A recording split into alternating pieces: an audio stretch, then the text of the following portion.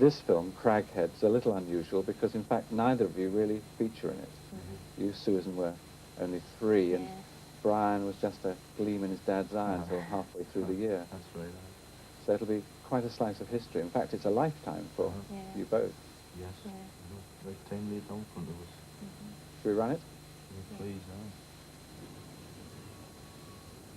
Craghead, a small mining village between Newcastle and Durham, with a population of 4,000, faces a year of uncertainty. Against the overwhelming competition of oil, North Sea gas and nuclear energy, can Craghead Colliery and its dependent community survive? Pit manager is John Hughes. Craghead has been here as a mining community for well over 100 years. Its present size was probably determined at the time of the Boer War, as the names of many of the streets bear evidence to this. Apart from some council houses, there has been no development or building of any size since then. I've been here as a manager for the past 5 years, and in that time we've rationalised the pit. There were over 1,400 men when I came here, and we now have a little over 800 men. The output has been kept more or less the same, and since we face the exhaustion of our thicker seam in the very near future, we will be meeting some difficulties. And we're hoping that as we're making a small profit at the moment, we can continue to do this and continue to remain in an economic position. The miners in Craghead have lived here for 2 or 3 generations. Their fathers have followed sons into the pit.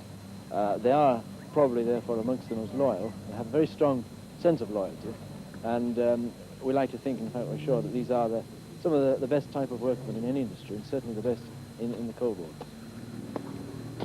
My name is George Ord, better known as Geordie Ord. I'm 58 years of age. I was born at Craghead. I worked on the ground all my life at Craghead, and I've got a daughter and a son called Brian, and he's also working on the ground. All right, sir. I followed my father into the pit 12 years ago, and I've been there ever since. The reason I went into the pit was because all my friends was working there, and there was more or less nothing else to do. I like the job I've got, I wouldn't like to part with it, you know. Quite content where I'm at there now.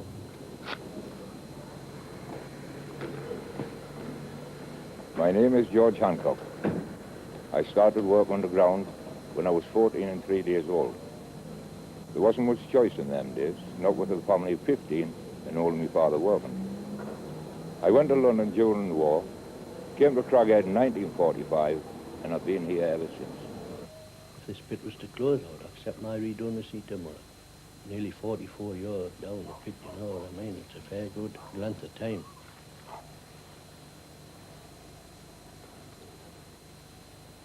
I haven't got the figures, but I know the people in Craghead.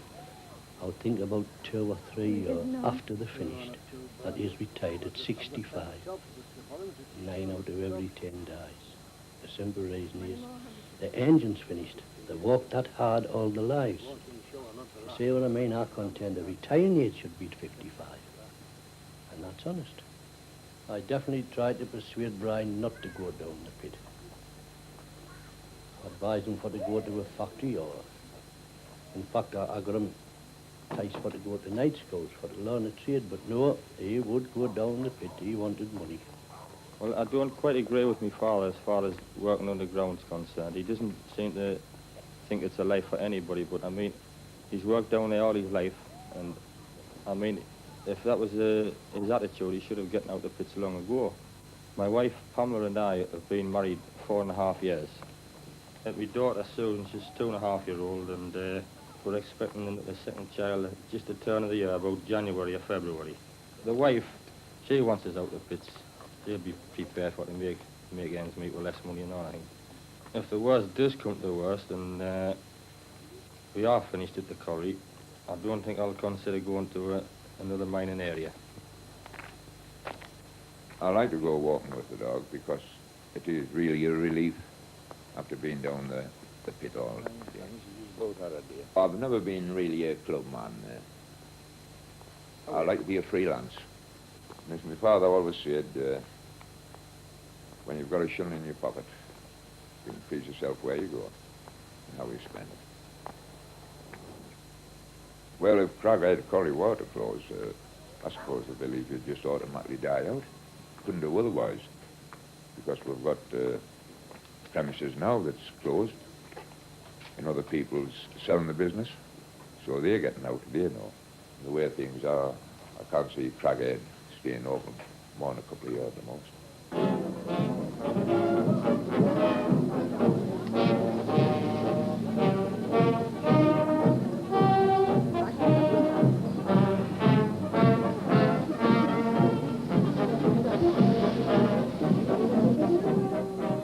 8 a.m., Saturday, July the 20th, 1968. Work stops as Craghead prepares to follow its band and banner to the big meeting, the 85th Annual Durham Miners Gala.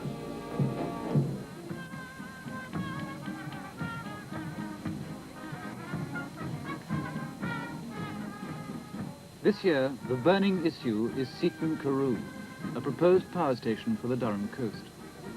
If fired by coal, it should provide 10,000 miners with jobs for 25 years.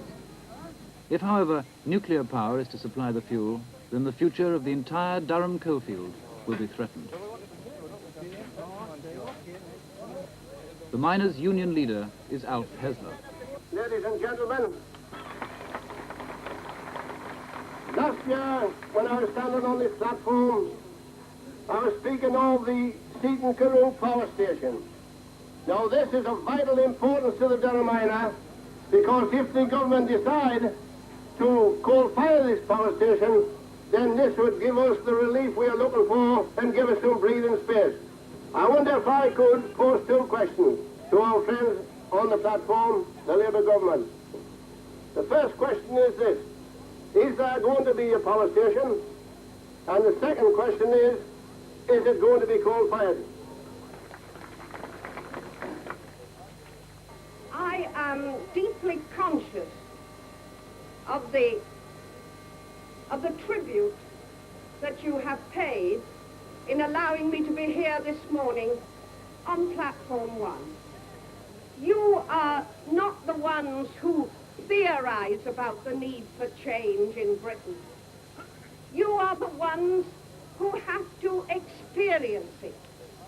Because, comrades, Britain must adapt herself. In the age of industrial change, yes, we've had to ask you to do it in the mining industry.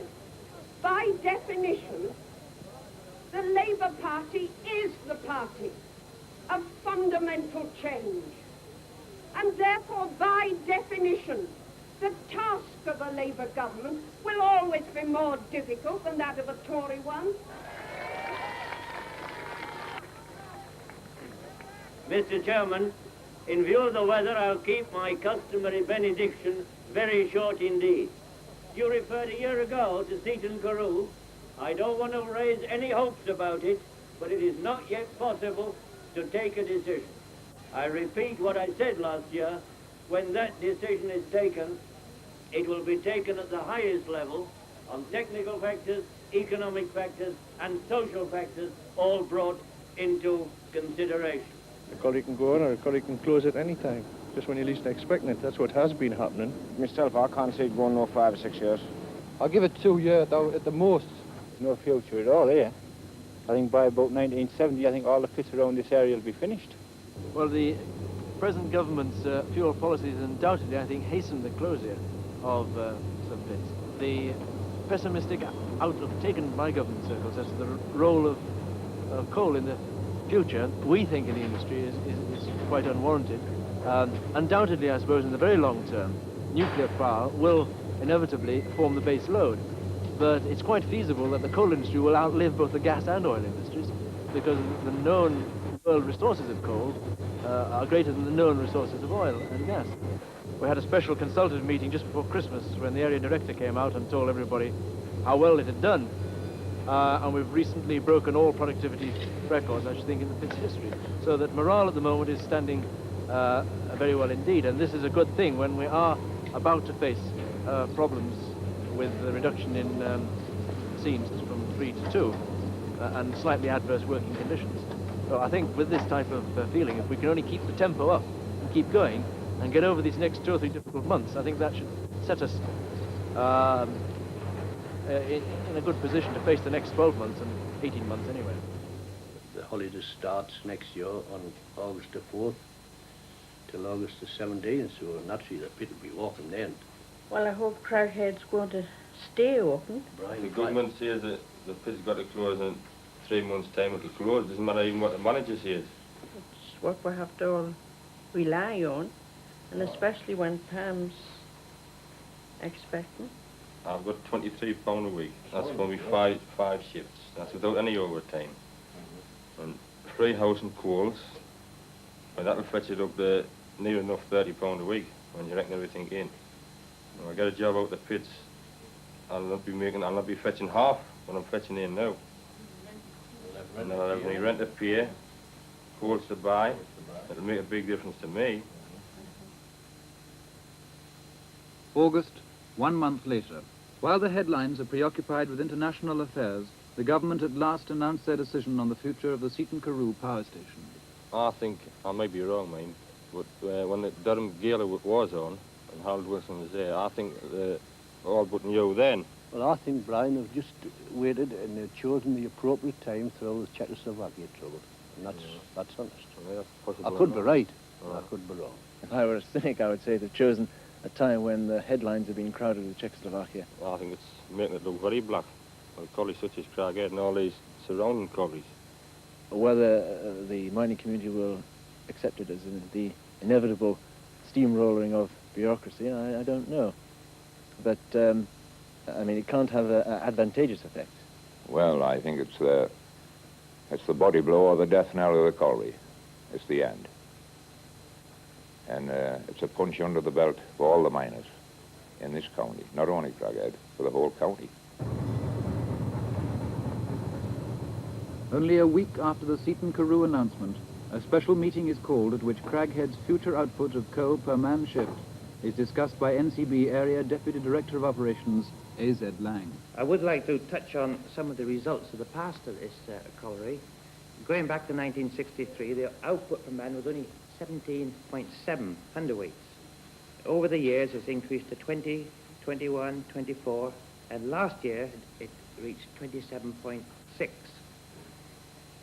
Now, we won't be able to break even on this. In fact, we'll lose an awful lot of money. And, of course, this would make it very difficult for the pit to remain open very long. With the changeover of faces, we expect there will be a reduction in manpower of 70 men.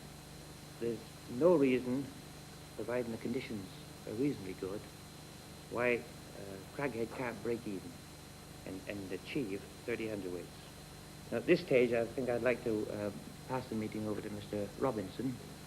That's not going to be very easy to attain the amounts of production that we set no target at, and it's got to be a sustained effort before we get it. But I would hate to think that we face this problem today and said, well, it's an impossible task that we set in, because if we do that, then with the people that are a little bit higher up than we are would say, well, all right, you've agreed it's an impossible situation that you're in. The only thing that we can do is to stop that situation for you. So I wouldn't like to see a position where we come along one day out of the blue and say that this pit's in jeopardy. Well, I'll ask some of the area men to come out, say, every fortnight. We haven't got to be too optimistic. We've got to realize that the pit has problems. And if we can't make a go of these faces, well, it could mean that the pit may not last as long as we thought it would. I don't think we're much any wiser as regards the life of the pit since the meeting was over than we were before we went in. We just have to wait the results, won't it? Time, big factor. Well, after the meeting, the advances we've been given, I think, a little bit of effort, just a little bit of effort, I think we can make it. There's no reason why we shouldn't. We've done it before, we'll do it again. When a colliery is placed in jeopardy, an ultimatum is given to the miners that unless they can increase production, the pit will close. Since that meeting, there's been a further consultative meeting, a special one held 2 or 3 weeks later, at which the pit was officially put in jeopardy. The economic position was realized that with the loss of the thicker seam, conditions are going to be very difficult.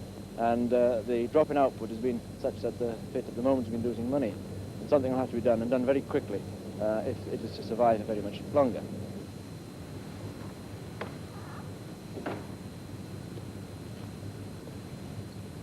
every person, both man and woman, should really go down the mine. Go down a matter of 600 feet.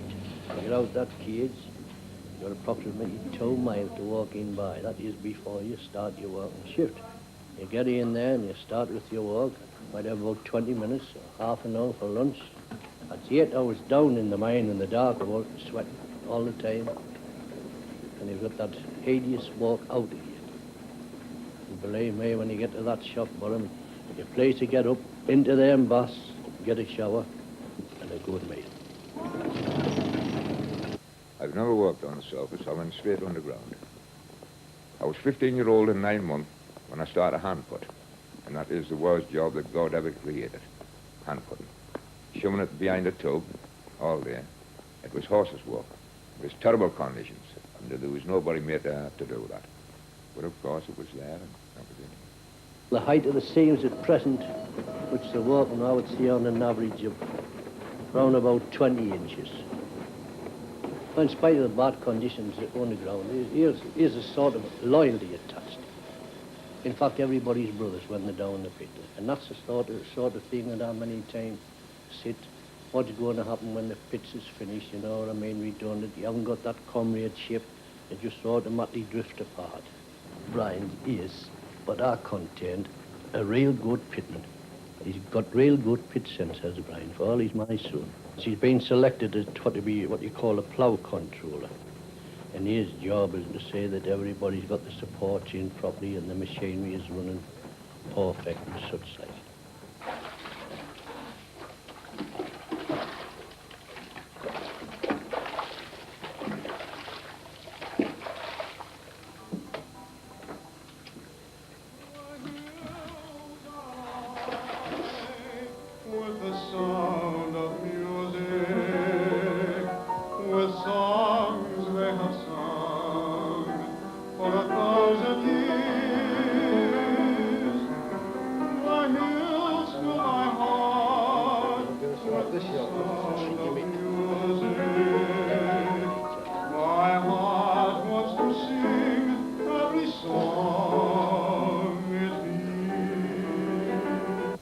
My dog Flossie died about the 12th of October.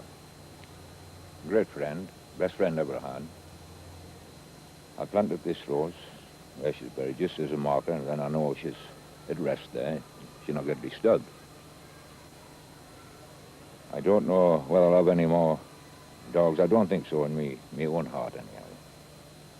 December 1968. We've had this pony for 4 years now since he went into retirement, which makes him about 25 years old.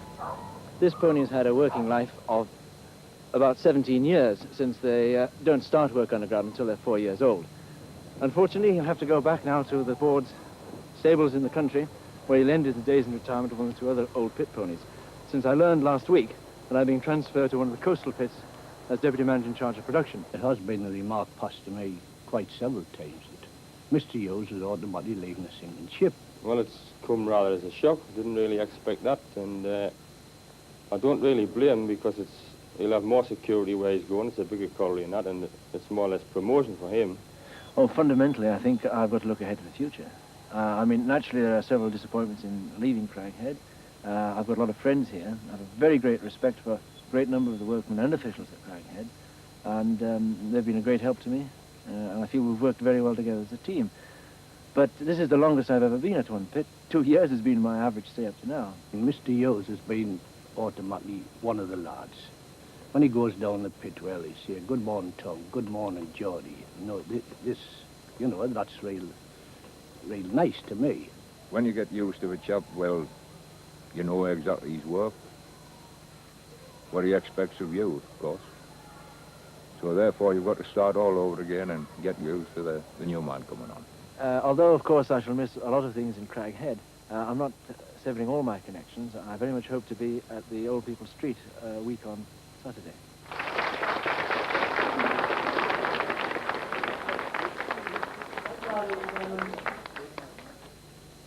Claude Collins. Just fancy a man walking 50 years down the mine and he gets a piece of paper, certificate. Had they gained them all £100. In fact, some chaps doesn't come and even accept them. And I'm damn sure I wouldn't. and some hangs it up and puts it in a frame and some just throws it in the fire. And that's where mine would go. A month later, January the 21st, 1969. While George Ord is summoned to a special meeting, Brian Ord has some important news. Well, Pamela had the baby last Saturday, a little boy. I'm very happy about it indeed, you know, because that's a boy and a girl now, ideal family. 9.5 pounds. He's called Brian after his dad. There's been a meeting held today at the Colliery office, and I'd like to say my father, I think he'll be able to give us a better idea as to what's happened at the meeting. Like, I think we're all waiting for the result of that meeting, everybody working at the Colliery. I think everybody's in doubt. In fact, I think there's a lot of men who've got their minds made up that it's got no chance at all. It's losing too much money. It's losing every week. Thousands of pounds. I am worried, but we can't do nothing about it. It's as simple as that, so we'll just have to take what comes, I suppose. Well, right at the back of my mind, I'm worried, like, you know, but I suppose we'll just have to take what comes. As the wife says, there's not very much you can do about it. If the pit is going to close, well, there's nothing I can do to stop it. I'd rather it come now and then we'll see where we're going, which way we're going, get settled down, see where he's going to get a job. I don't want him to go in the market. We'll just have to wait and see what's happened today at the meeting. Hello, Brian. No, not the little pet. Well, yeah, well, it's a report then. About the meeting. Well, it's a bad job. Really, we're just getting a month's expansion, Brian. It should have been finished in February. It's definitely finished in March. What, a complete closure? Complete closure. Come on, my love. What about transfers and what's going to happen with the men? Well, Brian will have to be transferred. It's no good at the age. Oh, me? Mm-hmm. I didn't have to be. Oh, there will be. What happens to Brian if he doesn't want to transfer? Well, he'd definitely get no redundance money to start with. He'll be put on the dole, and then again he's refused employment. He'll not get the dole for 6 weeks. That's a position. It's a government policy, this farm. It's hard lines, I know, but still. My advice, Brian, is for the get transferred to Coastal Pit. He's just a young lad and is very efficient. I would rather him get a job out of the pits altogether, make a clean break. You may get a house for the meantime. I'll try and get out the pits one altogether. You know yourself, pits is no good for nobody. No, in my opinion, should have a T&I 50 years ago. But nevertheless, that's the way it is.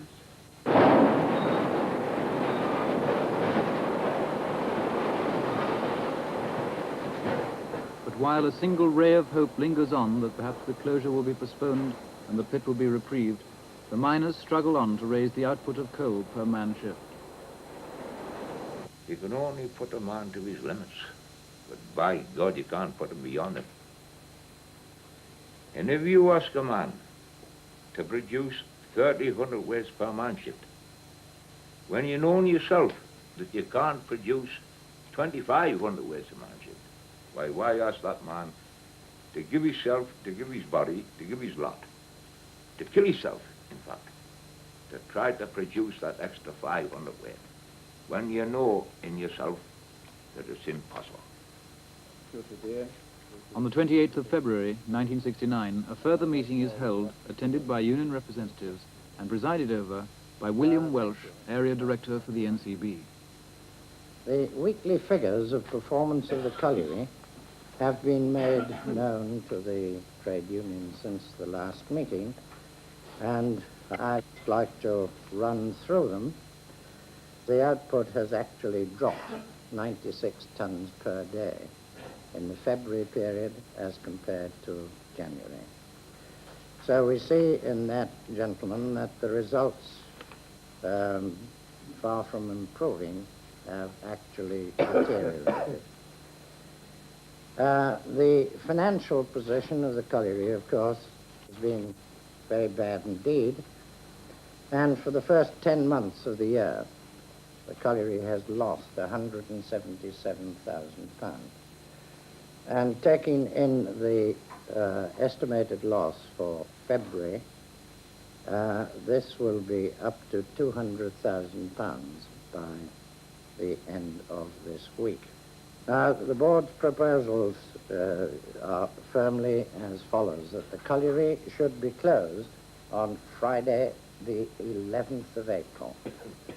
702 men on the books at the moment, and of these, 75 men will be retained at the colliery on salvage.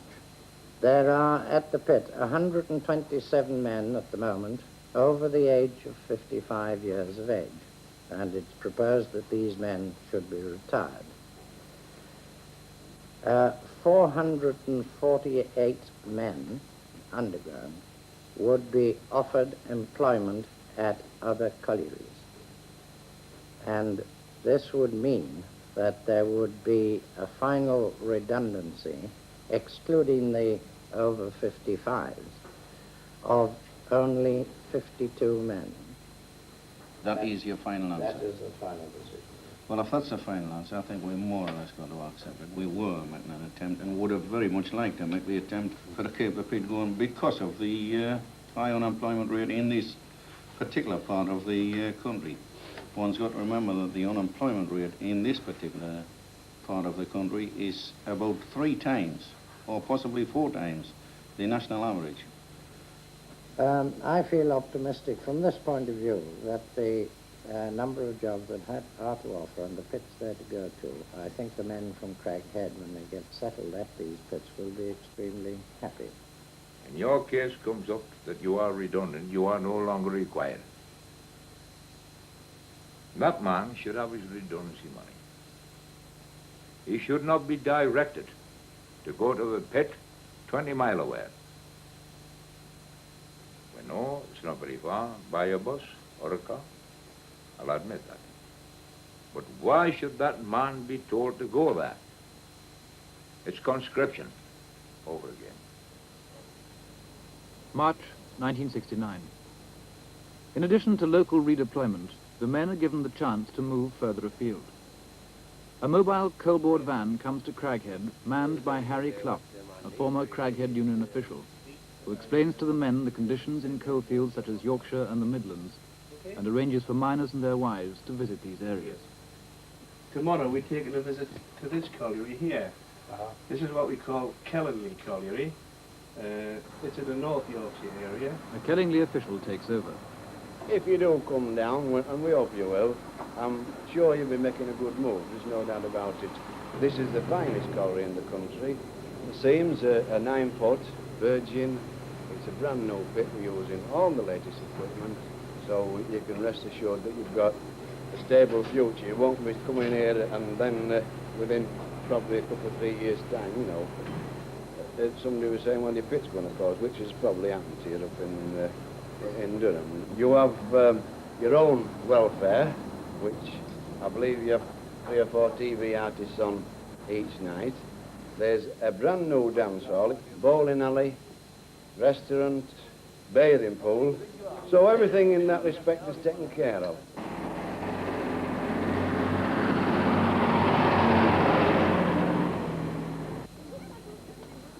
Having seen what is offered, 26 Craghead families make the agonizing decision to drag up their roots, leave behind friends, relatives, and the familiarities of a lifetime in order to carry on their mining livelihood in new areas a long way off. For most of them, it's the first move they have ever made, the first time they have left their birthplace. Colliery manager Albert Robson. I've been bred and born on the west side of Durham, and I know full well the heartache that closing a pit down causes. Here we have a village which is isolated. It's got no other community life except the pit itself. Most of the people work at the pit, and when we close this down, we break up not only the pit, but the village life as well. For all, most people will still remain in the village. The majority of them will be working outside the village, and this doesn't lend to the same close-knit community as what it does when the people are employed at the colliery. Since we had that closure meeting, the atmosphere has been very, very low. Everybody seems to be in a worry what they're going to do next, whether to go away, emigrate down to the Midlands, or whether to go to a factory. And, oh, it's been terrible. It's a big blow to everyone. These people are all moving away. Go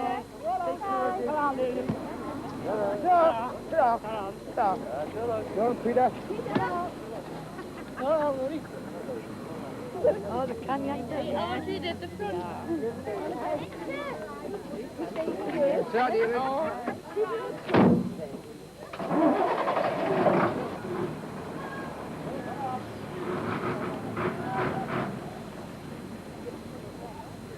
Well, the last closure meeting we had, the decision was that all men above 55 was asked for to be redundant.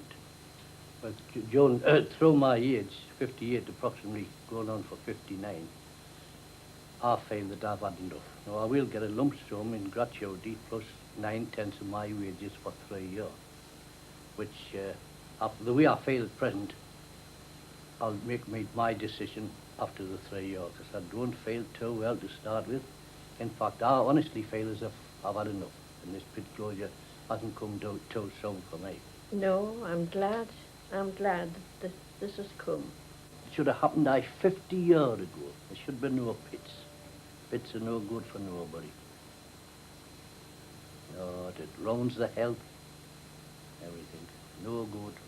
In my opinion, a man's more or less a rat down the mine.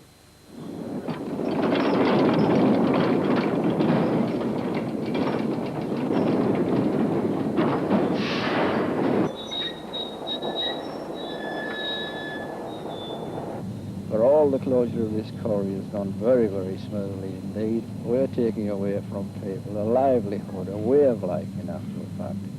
We're taking away landmarks, we're taking away a whole community, we're breaking it up. So therefore it must be depressing on every occasion, and it's something you will never get used to. You'll get used to the procedure of doing it, but in actual fact it's still very, very depressing. Well, I've worked my last shift at Craghead Colliery. I'm taking my boots and clothes over to a new colliery. It's a pity Craghead's had to close, but nevertheless, I'm on my road, I'm on the way.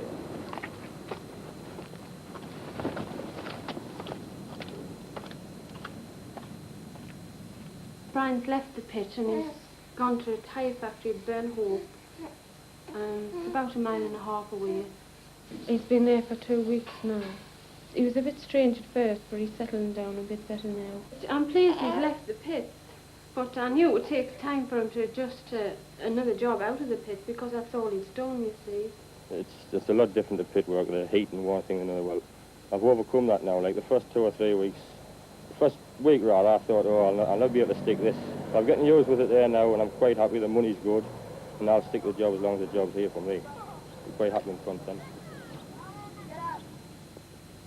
And so, in July 1969, the life of Craghead Colliery nears its end, with the final salvaging of valuable machinery and materials